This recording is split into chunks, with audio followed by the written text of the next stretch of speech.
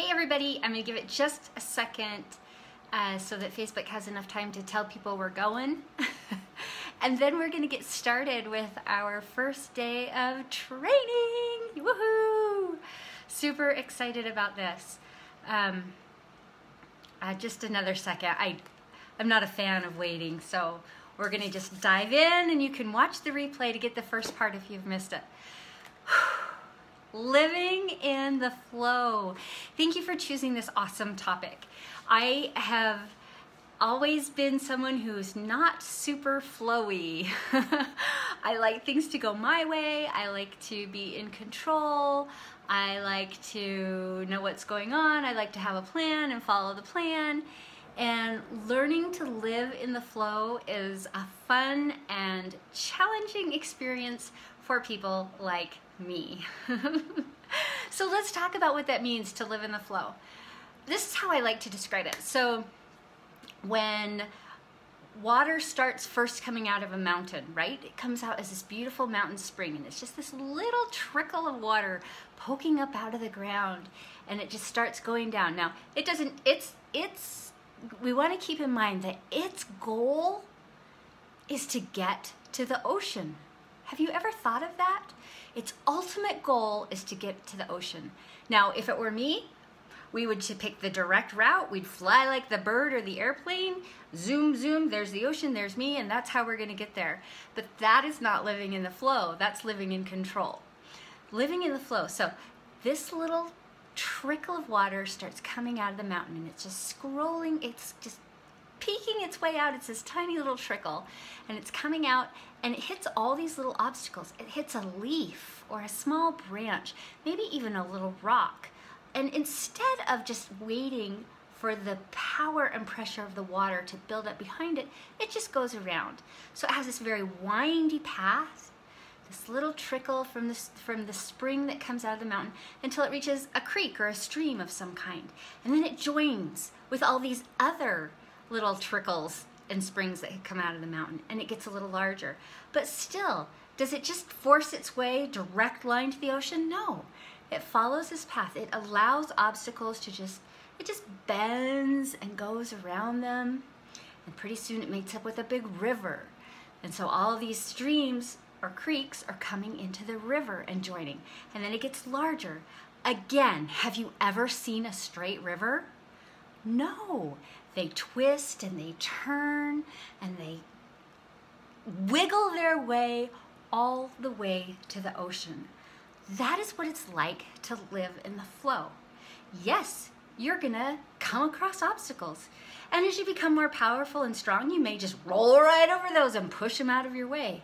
But as you're starting and you're learning, you're gonna work your way, wind your way around them, and you're gonna follow what I call a path of non-resistance. That is what living in the flow is like. When you do that, life just goes easily. You know, when things aren't going as we plan and as we want, that's when stress comes in, that's when we start freaking out, that's when the tension builds up in our shoulders, you know, when we're just feeling all out of control. That is not the life we want to live. We want to live a life where we're feeling free and comfortable. Everything just goes. I can handle it. I was at the store a while back. I was shopping at TJ Maxx, which almost never happens. I don't get to shop much these days. And I had tried on this little, I don't even know what you call it, but like this little jacket type thing that's really popular right now. And it was all frilly. And I tend to be a little bit frilly. You may not notice that, but I like to be frilly. And I saw a friend there, and she's like, oh yeah, that's totally you. She says, I'm not flowy. You're flowy. And I thought to myself, I'm not that flowy, but I am frilly. And I think that's the key, is changing our mindset that I am flowy.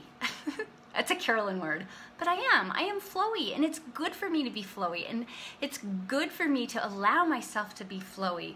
That does not mean we compromise on our standards or our values, but it means the little things that just don't matter harmoniously dissipate out of our way. We do not focus on them. Sometimes we get so wrapped up in how it has to happen, like how we have to get to the ocean, where that little the little spring coming out of the mountain, how we have to get to the ocean, that we forget that it doesn't really matter how we get there, just that we do get there. And so that's, I guess that's kind of like living in the flow. Okay, you know me, I take notes because sometimes I get off track, so I have to make sure I'm getting where we need to be. Okay, so today we're going to talk a little bit about, there are several laws of the universe. One of them is the law of non-resistance. We're going to talk a little bit about that. There's a story of a woman who became a widow, so she was trying to support herself, and in order to pay her mortgage, she took, I mean, this is a while back, but she took on boarders. So she had, or I think, can't remember if they called her boarders or took people in their rooms, and she would feed them, and I'll call them boarders. So she took on boarders, and it was just a really ugly, we'll call it bad energy situation. Everybody was kind of quarrelsome, and dinner time was just, and people weren't paying their rent on time, and she had a mortgage payment that was due, and some people who were arrears in their rent, and she didn't have the money to make it. And she went to someone to get some help, and they taught her about the law of non-resistance, which she was not living. And so she taught her that, let's see if I wrote this down, we must not oppose good, but strive to work with it. What does that even mean? Well, she had become a little bit ornery and angry because she was dealing with all these angry people, and they weren't paying their rent, and everybody was grouchy at the dinner table, and it was just kind of an uncomfortable situation all the way around. She was never happy. So she was taught, stop living in that. Stop letting that affect you. Stop fighting against it, and start fighting for what you do want. I want peace, I want harmony, I want people to pay their rent on time.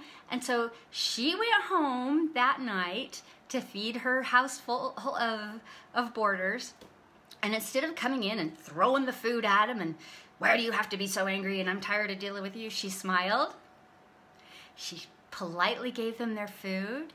She had a completely different attitude. She changed and started, instead of looking at the obstacle in front of her, started focusing on what she truly wanted. I want a harmonious home. I want to be happy here. I want to have all the money I need to pay my mortgage. Those are the things I'm desiring and I'm seeking, not these crabby old people and, oh, I can't believe I have to do this to make my mortgage and blah, blah, blah. So she changed, stopped resisting, and started seeking what she wanted. Well, the men at the dinner table thought she was crazy. In fact, they said, what has happened to her? Oh my gosh, she's lost her mind. There was one gentleman who was in arrears in his rent who kind of was sneaking in the back door. And rather than yelling at him and saying, where's my rent? You know you're due. She said, I'm so sorry you missed dinner. I hope you'll make it tomorrow. That was it. Now, how hard would that be? This would be a challenge. But this is what we're seeking if we want to be living in the flow. So this went on for about 3-4 weeks. And then she changed. She realized she was a different person.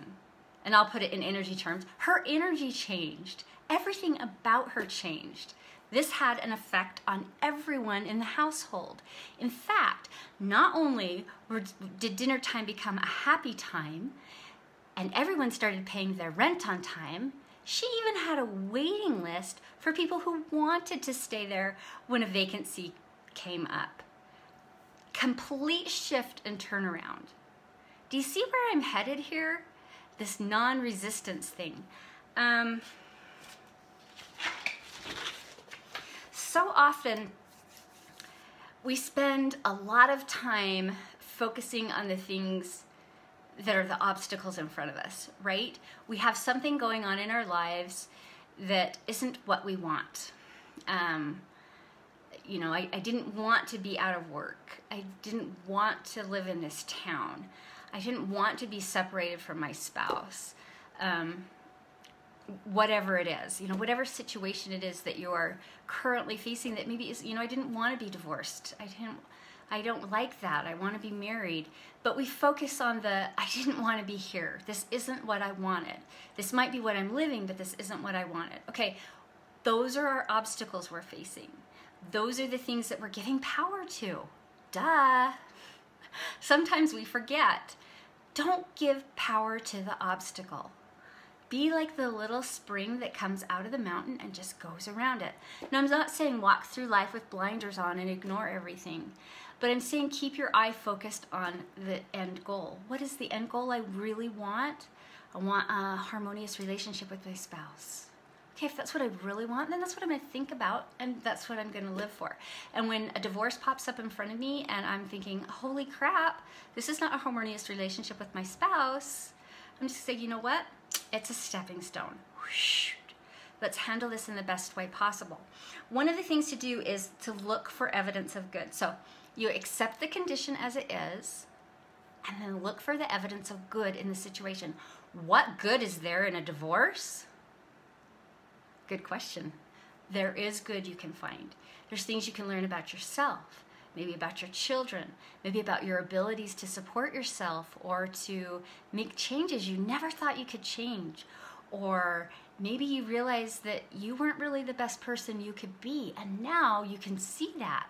Or maybe you learned how to handle a challenging situation with ease and grace like you never thought you could do.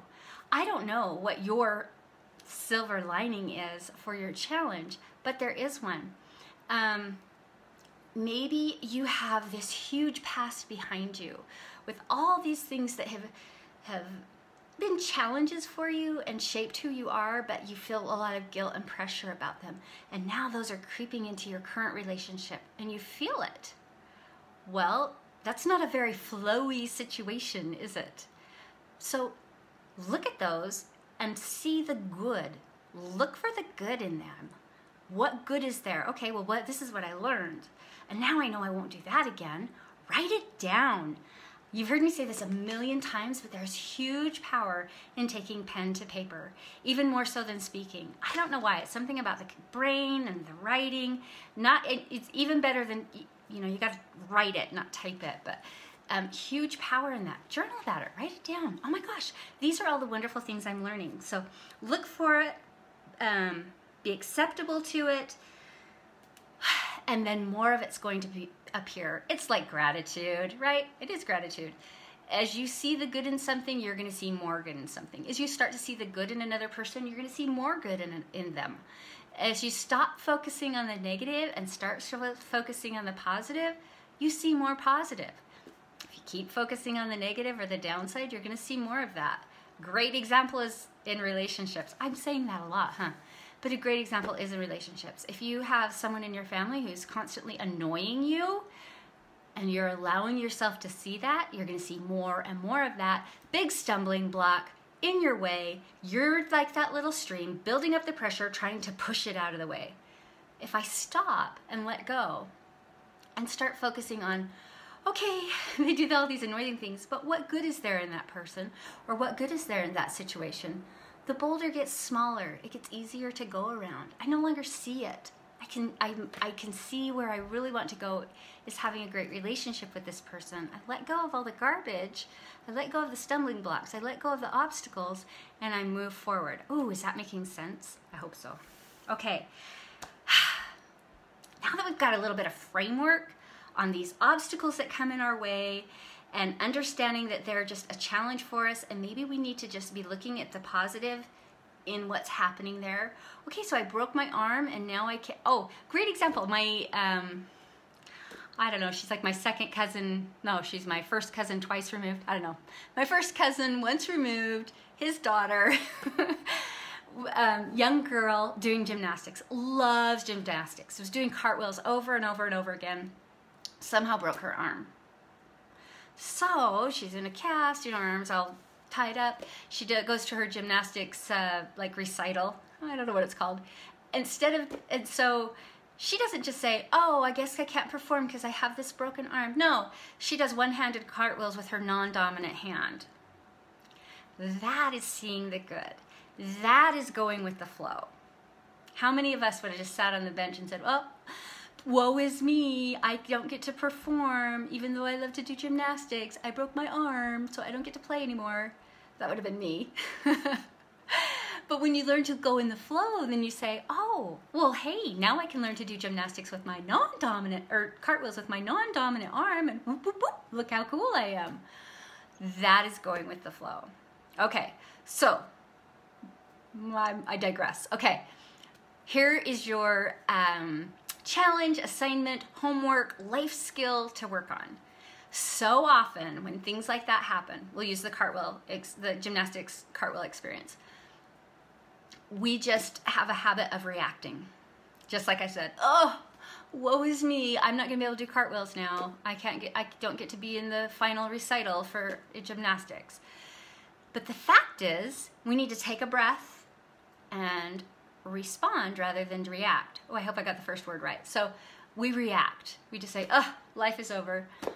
But if we take a deep breath and take a moment and choose to respond and look at it through a different set of eyes, a different paradigm, whatever it be, then we can start to see the good. Oh, well, let's see. What wonderful opportunity is this obstacle giving me? Yeah, I know, right? So your life skill that I want you to practice for the next 3 or 4 days and then make it a big old habit is respond, not react. Reaction is often just a habit. It's something we've just always done. So what would be a good reaction? You know, you spill milk on the floor, you get upset, or you break your shoelace, so you have to go home and change your shoes. I mean, you know, it's just a habit. This is what I do. Every time this happens, this is what I do. Oh, I don't have time to stop and get gas now, so I'm just going to go on my last fumes. Oh, now I ran out of gas again, right?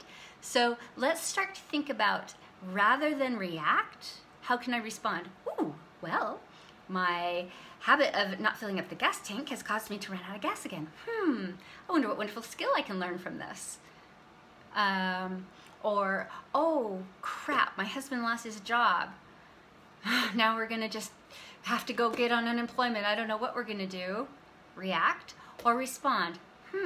Okay, well, let's see where this takes us.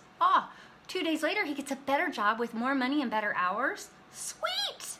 Okay, so you see how that works? So I want you to practice the art of respond, not react. So as we learn to live in the flow. Thanks everybody for joining me, and I will let you know soon when our next video will be. If you have any questions, please put them in the comments or email me. Oh, and here's some really important information. I have a really awesome new program I'm going to be starting. And I'm kind of picky about who I work with in these programs, because this is going to be one-on-one work where you're going to get a lot of special attention. So if that's something that sounds exciting for you, where you can become empowered and learn all kinds of awesome life skills, I want you to reach out to me so we can have a little chat and see if it's a right fit for you. And one more thing. It's a holiday weekend. Woo-hoo! Hope you're having some time off, enjoying some time, honoring those who have served our country, especially those who did not make it home. And in honor of that, I've got a little special going. So if you would like to be a part of my Balanced Chakra program, this is a program you do all on your own. You have lifetime access as long as the program is available. I'm offering that for a special price through Memorial Day, and you can I've put a link in the comments so you can go check that out if that is of interest to you. Again, if you want to work with me one-on-one, I've got an awesome program that I'm starting pretty soon here, and I'd love to chat with you and see if it would be a right fit for you, and get that Balanced Chakra program while it's still on sale. All right, everybody, have fun living in the flow. Talk to you soon.